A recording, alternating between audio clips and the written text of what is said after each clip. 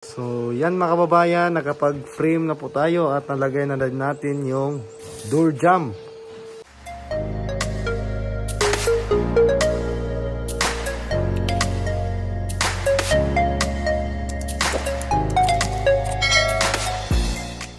So ayan, good morning mga kababayan at salamat sa mga nanonood ng ina-upload natin, sa nag-aabang ng aking mga video na ginagawa dito sa PB Team House. Maraming salamat po sa inyong lahat. Sa lahat na nagko-comment doon, thank you sa inyong mga mabubuting mga pagko-comment mga kababayan. Hindi ko kayo maisa-isa.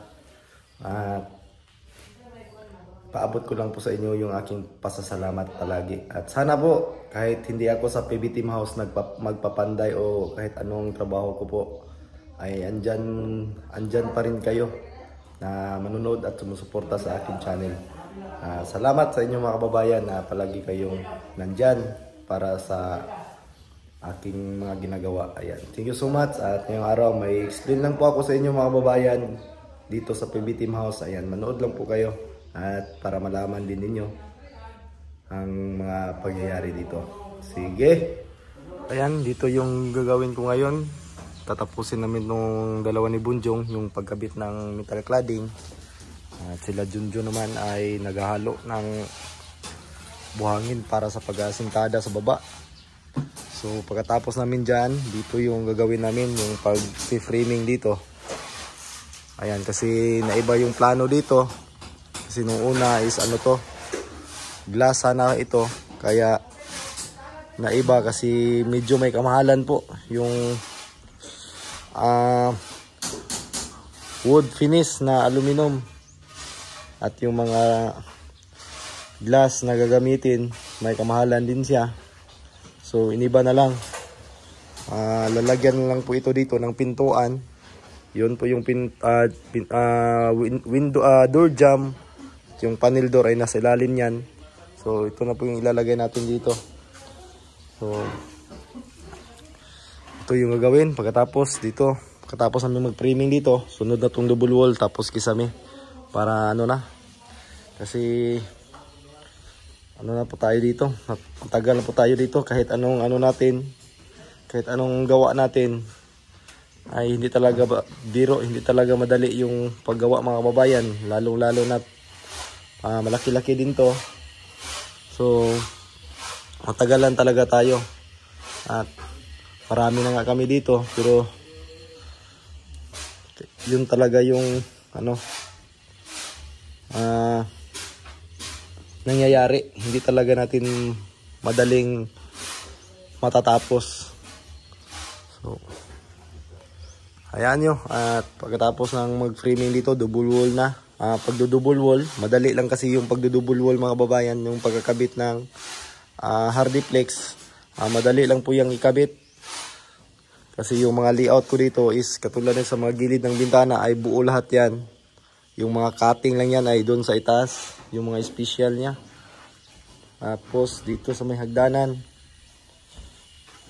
hindi pa natin nagawa yung step. So para ano na po ito, hindi na po tayo dito magtatagal pa ng, hindi na tayo abot pa ng isang buwan. So dito sa mga pintura na to ay kunti tayong retouch dito. So yung mga tatamaan ng mga matutulis. So kailangan natin i-retouch yan para ano na, matapos na po. Lagi kayong manood mga kababayan at pasasalamat ko po sa inyo. Sana kahit saan po ako mapunta ay andyan pa rin kayo na manood sa mga ginagawa kong video. At dahil po sa inyo, makaano tayo dyan, makaipon tayo ng kunting revenue para sa pamilya. So thank you so much talaga sa inyo mga kababayan.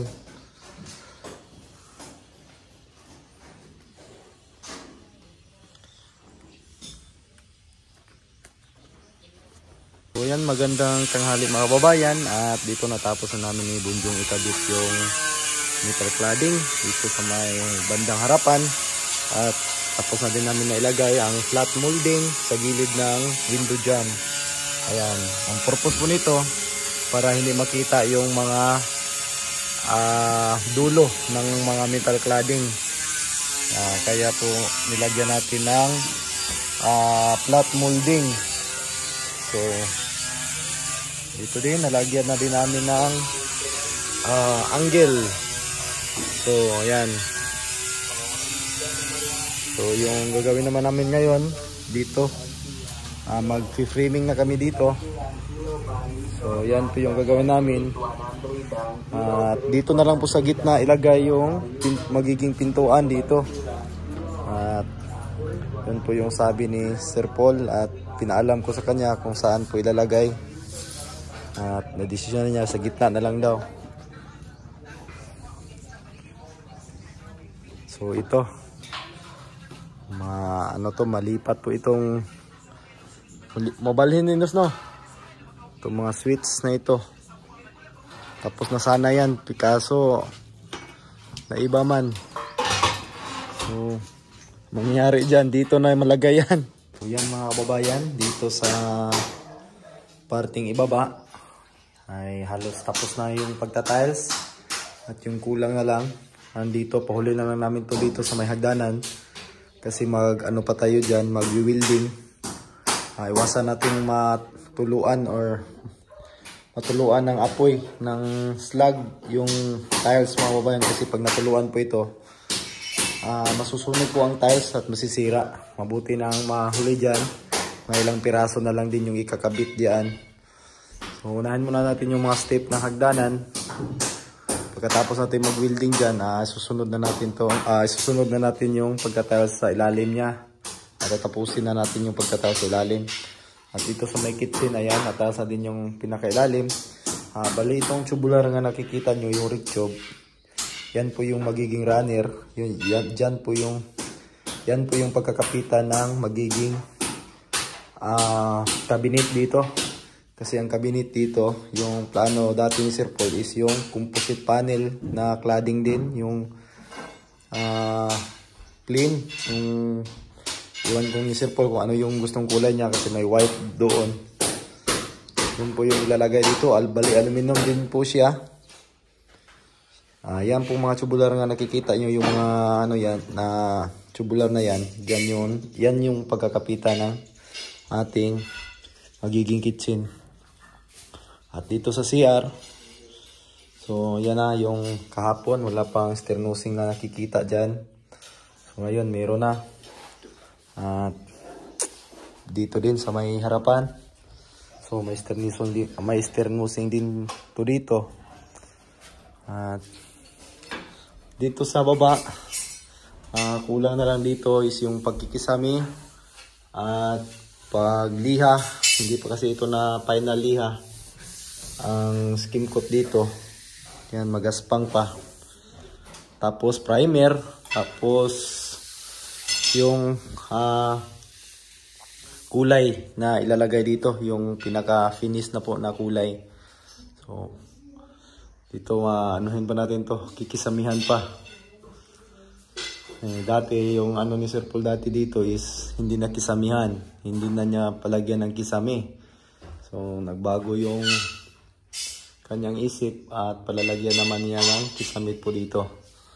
So ang kakasami dito, posible mangyayari is yung hardiplex na lang siguro. At depende pa rin sa kanya kung ano yung gusto ni Sir Paul dito sa kanyang sa baba ng PB Team House. So yan lang yung update mga kababayan. At maraming salamat talaga sa inyo sa panonood ng ating channel at sa pagsuporta at sa panonood din sa channel dito Daily Mix Vlog. Ayan, maraming salamat po sa pagsuporta din sa kanyang channel. So, malapit na talaga dito sa baba mga kababayan. So dito sa, kung wala lang, hindi lang siguro ito nadagdag, kunti-kunti lang siguro yung gagawin. So ayan, isang parte dito, malapit na masintada, malapit na matapos. So yan lang yung muna update mga kababayan.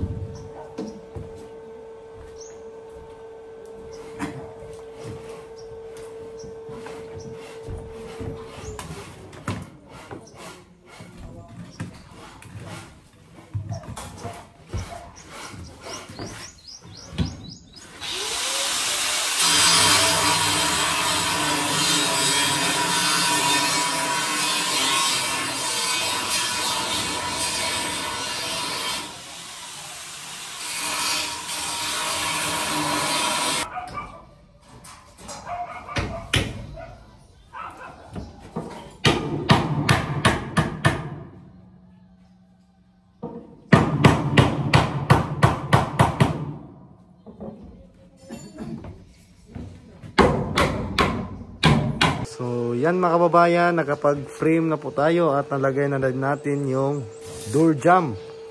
Ayan, dito banda sa may harapan. So, yan po. At kulang na lang dyan is yung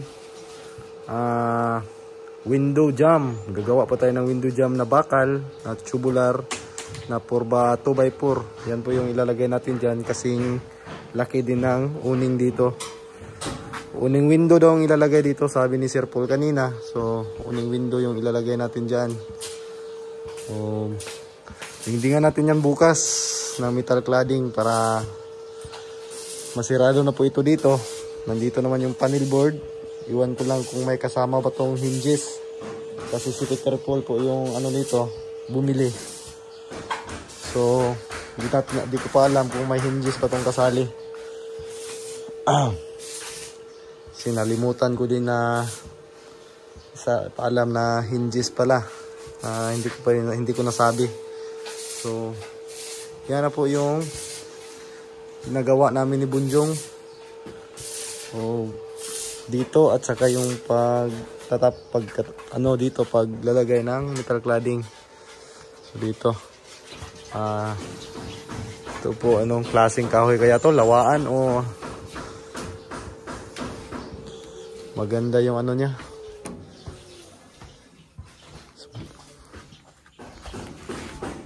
Ayan. Bali ang spacing nito is nasa 16-16 pa rin.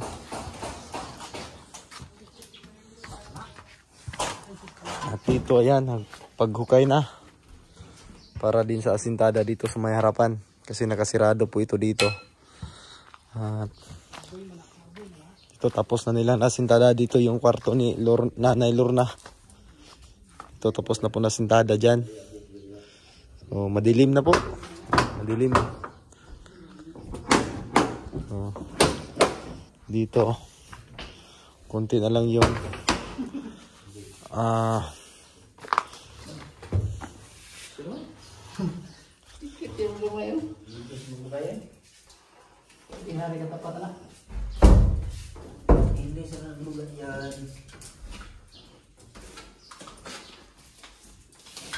at pangkabit na ni Ginos yung mga outlet. Wala naman yung humanam na skin coat, lihan na may kulang ani. Ayan na ni, ang gali lang tatlo. So, baluton na nagmasking tape. Gali na yung kugot. Ang suspa nakabit na. No. So, yan maayong hapon mga kababayan at maraming salamat sa inyong lahat. At ito na po yung nailipat na ng electrician yung mga switch dito. Kasi doon po yan nakalagay sa bandang gilid. Tapos na iba man yun ang plano. Kaya dito na po siya nakapwisto ngayon. Dito na po nakapwisto. Ito po ay mga switch ng ilaw. At bukas baka maano na namin to. Madingdingan na. Lahat dito siguro. Baka ma-double wall na natin to dito lahat. Bukas. So, yan lang po mga babayan. Maraming salamat po sa inyong lahat. Laging pagsuporta. Maraming salamat at God bless. Amping mo tanan.